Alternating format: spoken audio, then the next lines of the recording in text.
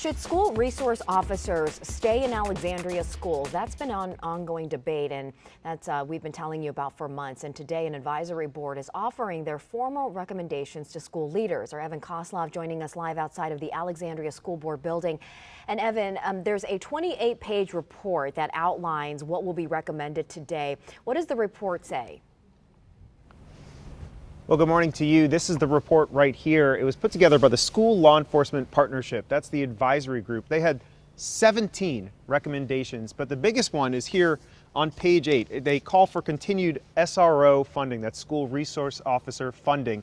Let's read you a little bit about what they said from this report. They wrote, SROs are part of a holistic program and will not independently solve safety concerns, but they belong in the mix. Continuing a little later in this report, removing SROs would send a message to many families and community members that ACPS does not take seriously the violence that has occurred at regular intervals in the last year.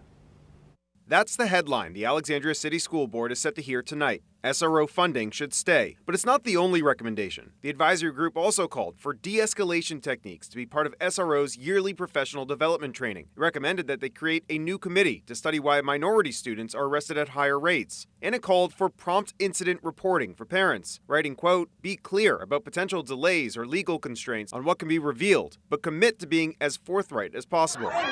All this nearly 8 months after a massive fight broke out in May 2022. Dozens of young people with backpacks fighting in the Bradley Center parking lot near school campus. Luis Hernandez, an 18-year-old student at Alexandria City High School, was stabbed and killed in that incident. 18-year-old student at Alexandria City High School did not go home to his parents. I can't think of a more horrific thing that can happen in this world. Now, Evan, I know this has also become a hot-button political issue as well. In fact, Virginia's Attorney General Jason Miyares, he weighed in on this issue. What's he saying? What's his message?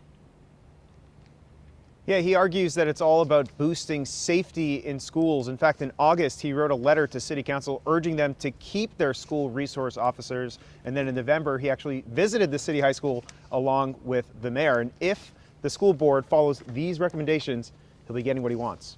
Reporting here in Alexandria, I'm Evan Koslov, WUSA 9. Andy? Should be an interesting meeting. Of course, we will keep you posted. Evan, thank you so much. Allison?